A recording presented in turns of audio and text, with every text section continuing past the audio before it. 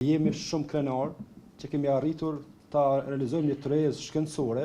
në shenjë të nderimit profesional, kolegial dhe shoqëror për një figurë madhore, siç tha edhe drejtuesja zonja Elza, që e kishte Instituti Arkeologjik, me të cilin padyshim se krenuami. Me organizimin e kësaj tërheze e kemi nderuar veten edhe spori veten, pastaj veprën studimore dhe letrare, si dhe veprimin intelektual dhe shoqëror të Ibrahim Rugovës. Me emrin e Ibrahim Rugovës lidhet shumë mendimi modern në letërsinë shqiptare, mendimi për letërsinë dhe kulturën moderne, teorinë, por edhe për jetën nacionale. Ibrahim Rugova ishte për njeriu e pavarur, për njeriu i cili nuk imponohej kufive të shoqërisë. Emri Ibrahim Rugovës mbetet ende si fushë studimi dhe reflektimi në të cilën bëhet bashkë dimensioni estetik, që nëpërmjet disa kumtesave të shpërfaqet ose të ndriçohet emri i tij në aspektin e dietarit. Ata që kanë lexuar kanë të qartë që në atë libër kanë ndërtuar profilin psikologjik, intelektual dhe politik të Rugovës në mënyrën më autentike të mundshme, ashtu që shaj në fakt ka qenë, jo ashtu që shaj imagjinohet se ka qenë,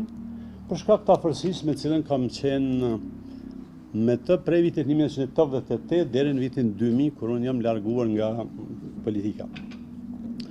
Për sot kam marrë me shtrajtu vetëm një segment që ka të bëjë me aktivitetin e Rugovës në shoqatën e shkrimtarëve të Kosovës, aty ku e ka filluar veprimtarinë publike dhe politike, dhe nga cila në fakt ajo bën një lider i madh. Selia e shoqatës shkrimtarëve të Kosovës me 16 shkurt 1988, kur Ibrahim Rugova u zë kryetari i saj, baraka ishte e kapluar nga lagështia me ndriçim të dobët, nga se dritarëve të saj të vogël azinte dritën ndërtesa hierond e policisë së shtetit dhe shërbimit sekret Jugosllav UDB, e cila ishte vetëm një 30-40 metra larg. Në atë kompleks ndërtesa shtetërore, bashkë me policinë dhe me shërbimin sekret, ishte edhe ndërtesa e burgut të Prishtinës, me çka baraka futi në një darë kërcënuese. Nuk e dhja ishte futur shoqata e shkrimtarëve të Kosovës me plan, apo rastësisht në atë kompleks godinave të mbikëqyrjes së represionit shtetëror, por rezultati ishte se ajo seli ishte nën vëzhgim dhe nën kërcënim. Në të vetmin rast kur Ibrahimi ndjente bezdi, ishte kur kaloni më afër kafenesë Miqës, sepse siç pati thonë në një rast, kur edhe më kërkoi të dilja nga ona nga binte kafeneja, UDB-ja mund të nxiste ata tipa për të shkaktuar ndonjë incident.